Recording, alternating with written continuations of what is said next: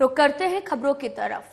राष्ट्रपति द्रौपदी मुर्मू आज नवा रायपुर सेक्टर 24 स्थित नवीन मुख्यमंत्री निवास पहुंची हैं। उनके यहां पर पहुंचने पर राज्यपाल रमेन डेका, मुख्यमंत्री विष्णुदेव साय, प्रथम महिला रानी डेका ककोटी, मुख्यमंत्री की धर्मपत्नी कौशल्या देवी साय सहित परिजनों ने परंपरागत रूप से उनका आत्मीय स्वागत किया है। राष्ट्रपति मुर्मू ने मुख्यमंत्री के परिवारजनों से आत्मीय मुलाकात की। राष्ट्रपति ने सबके साथ में सामूहिक फोटो खिंचवाई। मुर्मू ने बच्चों को आशीष दिया। राष्ट्रपति भवन की पुस्तक और चॉकलेट उपहार स्वरूप दिए हैं और राष्ट्रपति मुर्मू के सम्मान में मुख्यमंत्री साय ने अपने निवास में भोज का आयोजन किया था।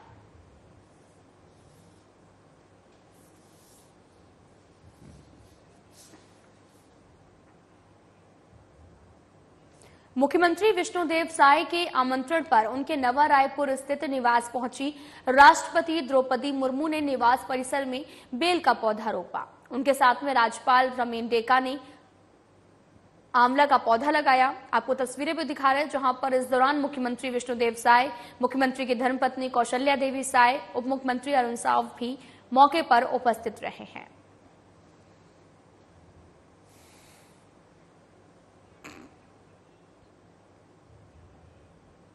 राष्ट्रीय प्रौद्योगिकी संस्थान भिलाई के आज 26 अक्टूबर का दिन स्वर्णिम अक्षरों से लिखा जाएगा। देश की राष्ट्रपति द्रौपदी मुर्मू ने इस संस्थान की तृतीय एवं चतुर्थ दीक्षांत समारोह में बतौर मुख्य अतिथि शिरकत किया है। संस्थान के कई इंजीनियरिंग शाखाओं के प्रतिभावान विद्यार्थियों को अपने हाथों से स्वर्ण पदक प्रदान किया। इस अवसर पर राज्यपाल रमेन डेका और मुख्यमंत्री विष्णुदेव साय दीक्षांत समारोह के विशिष्ट अतिथियों के रूप में सम्मिलित हुए हैं।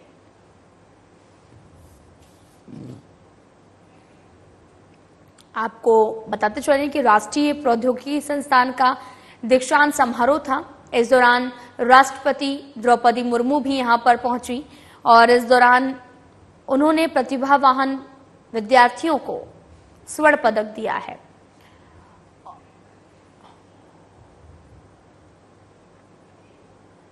भारतीय जनता पार्टी रायपुर दक्षिण उपचुनाव में कोई कोर कसर नहीं छोड़ना चाहती है। इसी क्रम में पार्टी ने शनिवार को कैलाशपुरी में तत्पर क्षेत्रीय चुनाव कार्यालय का शुभारंभ किया है। साथ ही भव्य कार्यकर्ता सम्मेलन भी किया गया। सांसद और दक्षिण से पूर्व विधायक ब्रजमोहन अग्रवाल ने सम्मेलन को संबोधित करते हुए कहा कि बीजेपी सरकार विकास की पहचान है। जब जब बीजेपी सरकार आती है, रायपुर समेत छत्तीसगढ़ का तेज गति से विकास होता है। रायपुर दक्षिण में विकास की गंगा अनवरत बहती रही। उसके लिए सभी कार्यकर्ता जनता के बीच में जाकर बीजेपी और सुनील सोनी के लिए वोट मांगे। कार्यक्रम में मुख्यमंत्री विष्णुदेव साय भी मौजूद रहे हैं।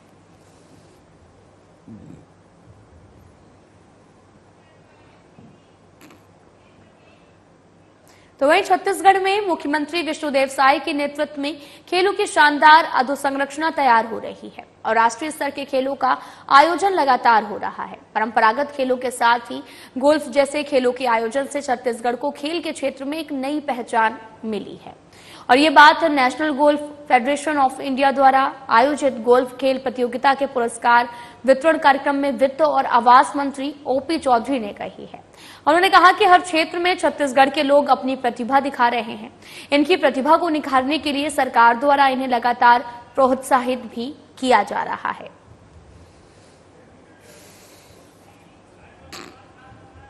गोल्फ खेल प्रतियोगिता का पुरस्कार वितरण हुआ। आवास मंत्री ओपी चौधरी मौके पर शामिल हुए हैं। राष्ट्रीय स्तर के खेलों का यहां पर आयोजन किया गया।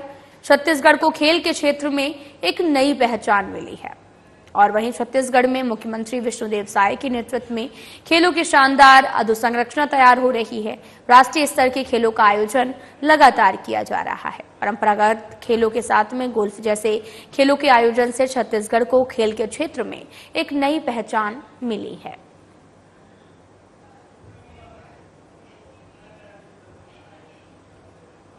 विकासखंड माकड़ी के क्षेत्र आज ग्राम पंचायत काटा गांव में त्रिस्तरीय पंचायत पदाधिकारियों का सम्मेलन और पंचायत पदाधिकारियों की कार्यशाला आयोजित की गई। इस दौरान शासकीय योजनाओं का प्रचार प्रसार भी किया गया और मुख्य अतिथि जिला पंचायत अध्यक्ष देवचंद्र मतलाम और सभापति रमिला ब्रह्मा और मरकाम सभापति पिंकी गजेंद्र राठौर, सभापति हेमलाल बघेल रमलीला और साथ ही सरपंच संघ अध्यक्ष हेमलाल वट्टी, सग्राम मरगाम विकासखंड माखड़ी के समस्त जनपद सदस्य, पंच और सरपंच उप सरपंच ग्रामीण जन उपस्थित रहकर कार्यक्रम को सफल बनाया है।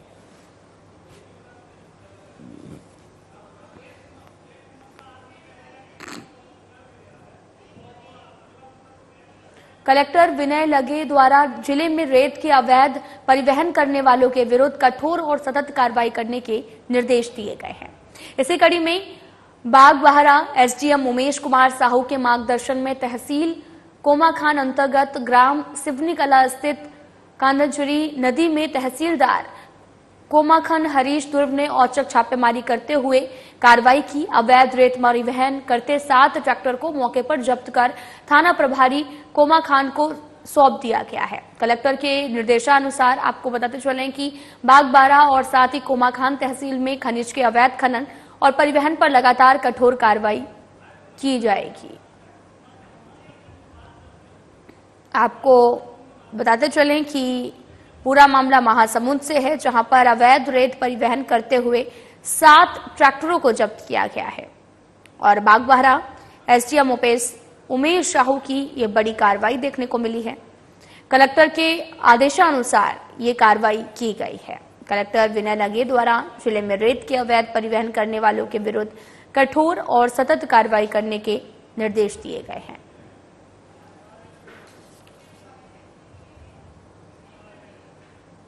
अगली खबर बलरामपुर जिले के ग्राम जारगीम से है, जहां पर गेऊर नदी में अज्ञात व्यक्ति की संदिग्ध परिस्थितियों में लाश बरामद की गई। अज्ञात व्यक्ति की उम्र 40 से 45 साल बताई जा रही है। मिली जानकारी के अनुसार व्यक्ति की मौत डूबने से बताई जा रही है। साथ ही शरीर पर चोट के भी निशान मिले हैं। मामले को लेकर पुलिस जांच पड़ताल में जुटी हुई है।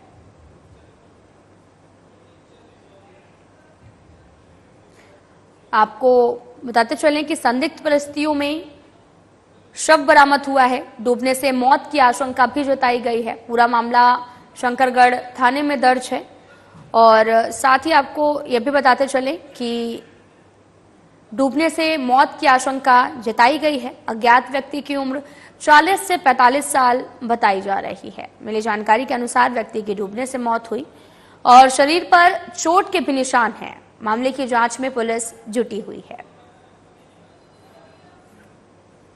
कोटवार के सूचना मिला कि एक अज्ञात व्यक्ति का शव नदी में तैर रहा है।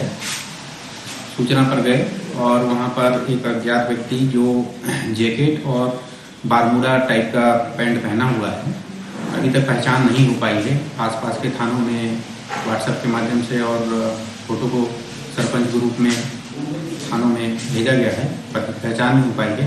फिलहाल में मर्ग कायम करके पंचनामा कार्रवाई कराया जा रहा है। अभी शव को सुरक्षित रखेंगे। उप मुख्यमंत्री अरुण साव ने रायपुर जिले के खरोरा में 20 करोड़ 13 लाख रुपए के विकास कार्यों का लोकार्पण और भूमि पूजन किया है। इनमें 30,53,000 रुपए लागत के 2 निर्माण कार्यों का लोकार्पण और 19 करोड़ 83 लाख रुपए के 11 कार्यों का भूमि पूजन शामिल है। उप मुख्यमंत्री ने इस मौके पर आयोजित कार्यक्रम में प्रधानमंत्री आवास योजना के लाभार्थियों को आवास पूर्तता प्रमाण पत्र सौंपे हैं। उन्होंने महिला स्व सहायता समूह और प्रधानमंत्री विश्वकर्मा योजना के हितग्राहियों को कुल 7 लाख रुपए के बैंक ऋण का चेक भी प्रदान किया है। धरसीवा के विधायक अनुज शर्मा और खकोरा नगर पंचायत के अध्यक्ष अनिल सोनी भी मौके पर मौजूद रहे, जहां पर लोकार्पण भूमि पूजन कार्यक्रम में शामिल हुए।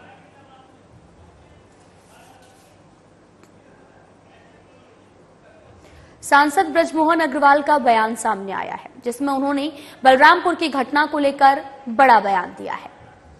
उन्होंने कहा कि अब तक जितनी भी घटनाएं छत्तीसगढ़ में हुई हैं, 9 महीने की बीजेपी की सरकार में कांग्रेस पार्टी के लोग ही इसमें शामिल हुए हैं और इसमें सामने आए हैं और उनके कई लोगों का नाम भी सामने आया है, जिसमें आप समझ सकते हैं कि कांग्रेस पार्टी बौखलाई हुई है। 5 साल में जनता ने उन्हें घरों में बैठा दिया, जिसके कारण कांग्रेस बौखलाई हुई है, छत्तीसगढ़ को अशांत करने की कोशिश कर रही है। उन्होंने कहा कि जांच के बाद ही पता चल पाएगा कि कौन से लोग इसमें शामिल हैं।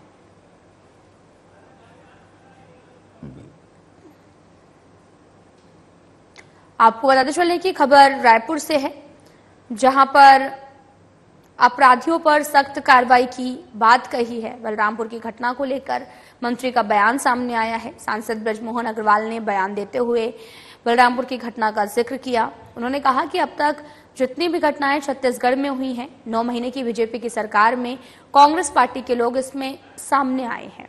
उनके कई लोगों के नाम भी अभी तक सामने जो है वो आ चुके हैं, जिससे आप समझ सकते हैं कि कांग्रेस पार्टी बौखलाई हुई है। देखिए, अभी तक की जितनी घटनाएं आपने देखी हैं, उन घटनाओं में कांग्रेस के लोग शामिल पाए गए हैं और उससे लगता है कि कहीं न कहीं कांग्रेस पार्टी,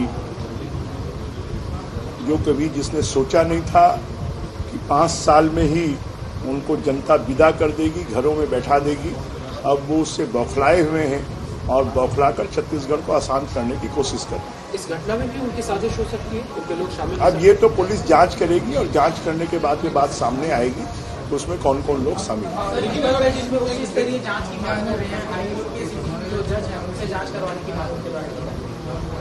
ऐसा है, वो जो कहेंगे वो सरकार करे, जरूरी नहीं है, और सरकार को जो उचित लगेगा वो सरकार निर्णय लेगी।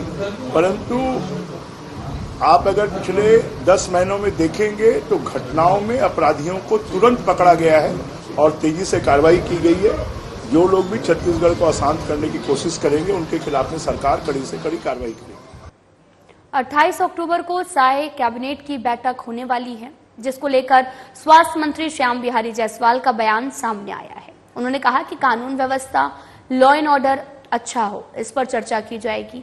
इसके साथ ही उन्होंने कहा कि आम जनता से भी अपील करता हूं कि कानून सबके लिए एक समान है, इसे बनाए रखें, इसका पालन करें। साथ ही उन्होंने ये भी कहा कि औद्योगिक नीति पर भी चर्चा हो सकती है। धान खरीदी पर भी सरकार फोकस कर रही है, इस पर भी अच्छे निर्णय सामने आ सकते हैं।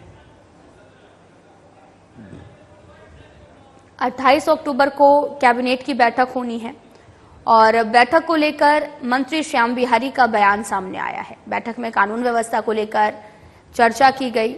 28 अक्टूबर को साय कैबिनेट की बैठक होने वाली है, जिसको लेकर स्वास्थ्य मंत्री श्याम बिहारी जायसवाल का बयान सामने आया। कानून व्यवस्था, लॉ एंड ऑर्डर अच्छा हो, इस पर चर्चा की जाएगी।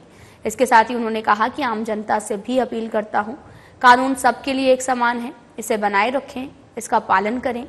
और उन्होंने कहा कि औद्योगिक नीति पर भी चर्चा हो सकती है। धान खरीदी पर सरकार फोकस कर रही है और इस पर अच्छे निर्णय सामने आ सकते हैं।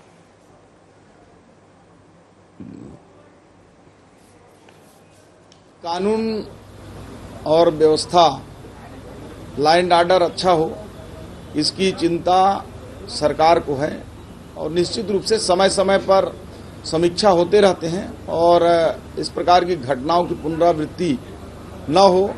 आम जनमानस से भी मैं आप लोगों के माध्यम से अपील करता हूं कि कानून को कानून के हिसाब से काम करने दें। कानून सबके लिए बराबर है और जो भी गलत करेगा छत्तीसगढ़ में उसको सजा मिलेगी।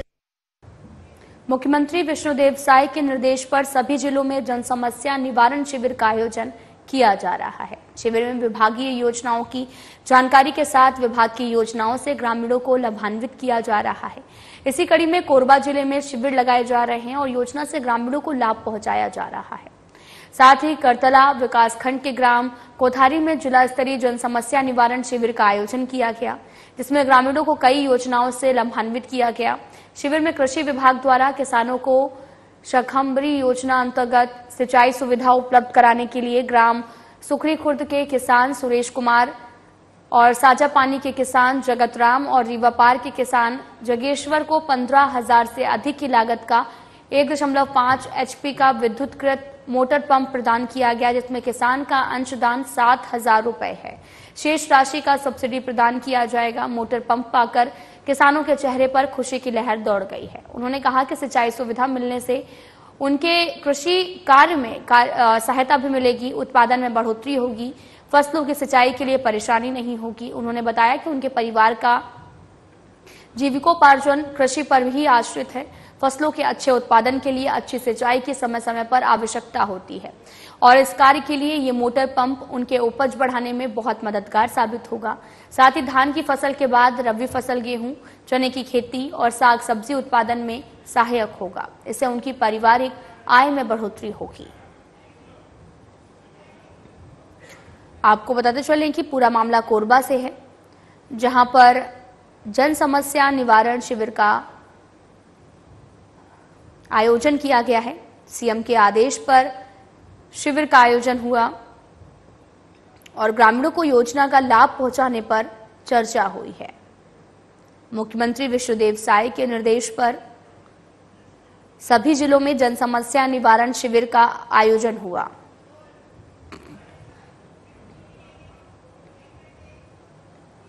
स्वास्थ्य मंत्री श्याम बिहारी जायसवाल का बयान सामने आया, जिसमें उन्होंने बलरामपुर की घटना को लेकर कहा कि देखिए, पूरे देश में कानून व्यवस्था में सुधार हुआ है।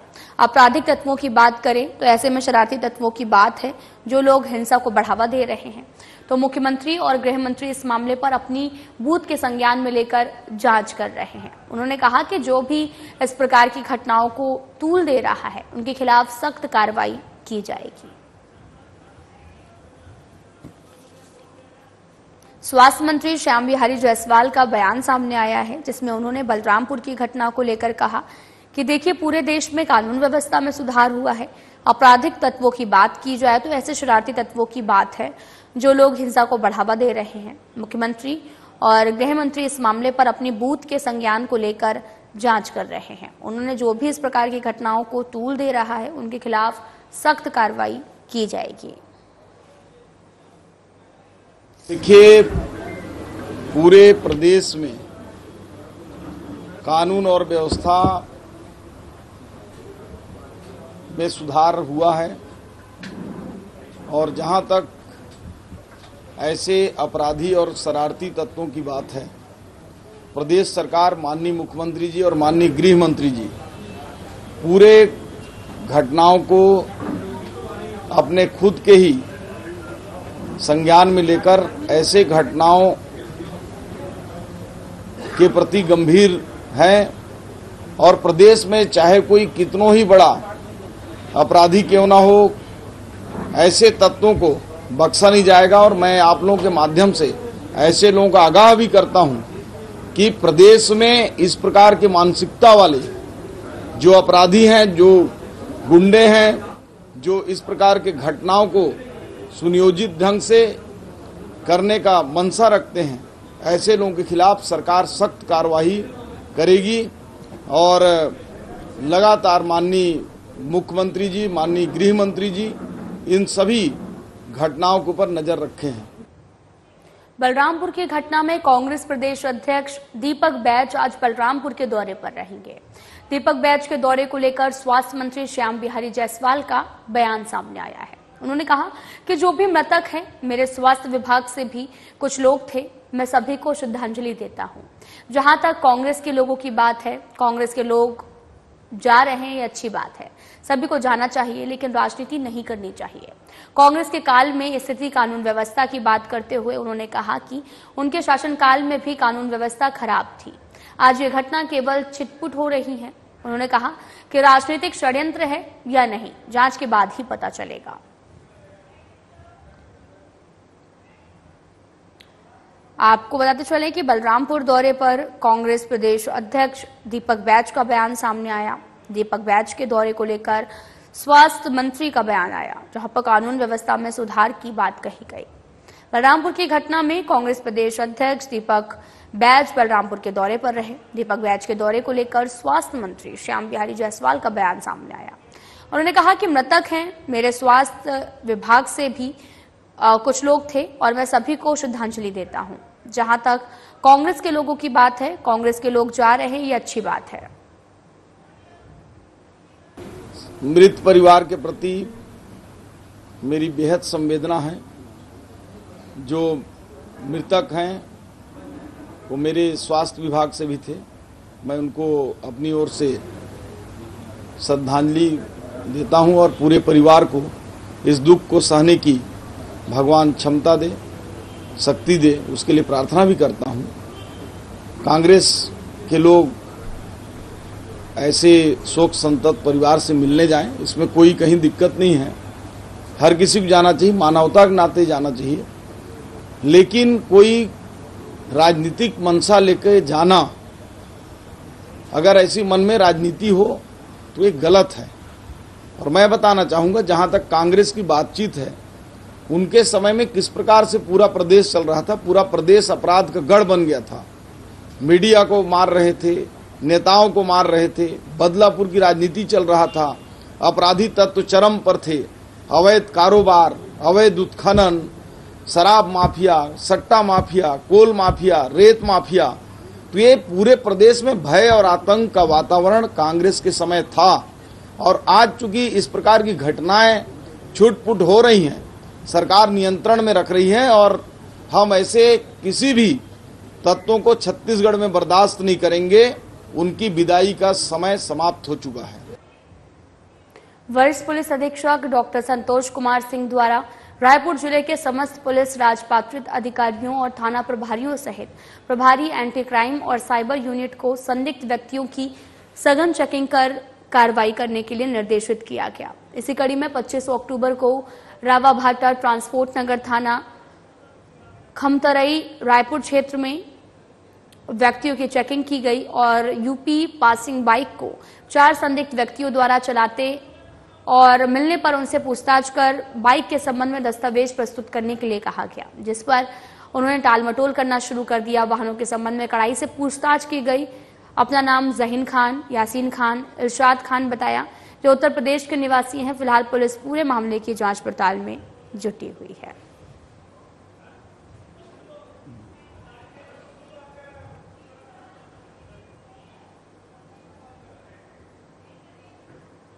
पच्चीस अक्टूबर को थाना सिटी कोतवाली पुलिस टीम को गुप्त सूचना मिली थी कि थाना सिटी कोतवाली क्षेत्र अंतर्गत कालीबाड़ी नेहरू नगर की डाल के पास में व्यक्ति अपने हाथ में धारदार चाकू लेकर लहरा रहा है, जिस पर पुलिस ने घेराबंदी कर आरोपी को पकड़ लिया। आरोपी से सख्ती से पूछताछ किए जाने पर आरोपी ने अपना नाम अभय साहू बताया। फिलहाल पुलिस आरोपी के खिलाफ मामला दर्ज कर आगे की कार्रवाई में जुट गई है।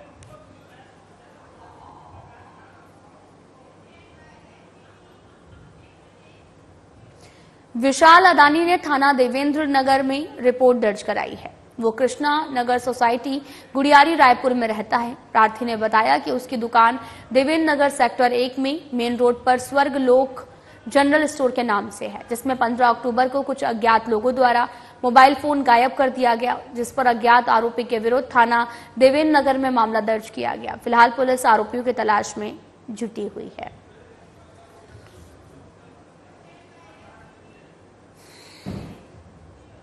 शासन की योजनाओं का आमजनों को लाभ पहुंचाने के लिए और योजनाओं की जानकारी देते हुए शिकायतों का निराकरण के लिए करतला विकास खंड के ग्राम पंचायत कोथारी में जिला स्तरीय जन समस्या निवारण शिविर का आयोजन किया गया।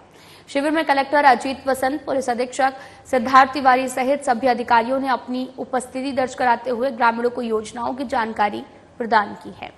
ग्रामीणों से आवेदन भी प्राप्त किए गए। शिविर में प्राप्त मांग संबंधी आवेदन का परीक्षण कर समस्या का निराकरण के निर्देश दिए गए। शिविर में कुल 268 आवेदन प्राप्त हुए, जिसमें से 82 आवेदन का शिविर स्थल पर निराकरण कर दिया गया। कलेक्टर ने ग्रामीणों को जागरूक करते हुए कहा कि कुछ दिनों पहले ही पीएम आवास के हितग्राहियों को प्रथम किस्त की राशि जारी हुई और आप सभी उस राशि का सदुपयोग करें।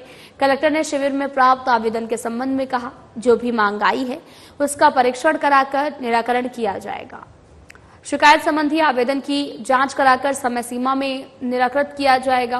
उन्होंने कहा कि ग्राम पंचायतों में डीएमएफ अंतर्गत पूर्ण हो चुके कार्यों के भुगतान के संबंध में जनपद सीईओ को डिमांड के लिए निर्देशित किया गया है। पूर्ण कार्यों का शीघ्र ही भुगतान सुनिश्चित किया जाएगा। उन्होंने अन्य कार्यों के संबंध में शासन से आवंटन आने पर भुगतान की कार्रवाई की बात कही है। फिलहाल में इतना ही। नमस्कार।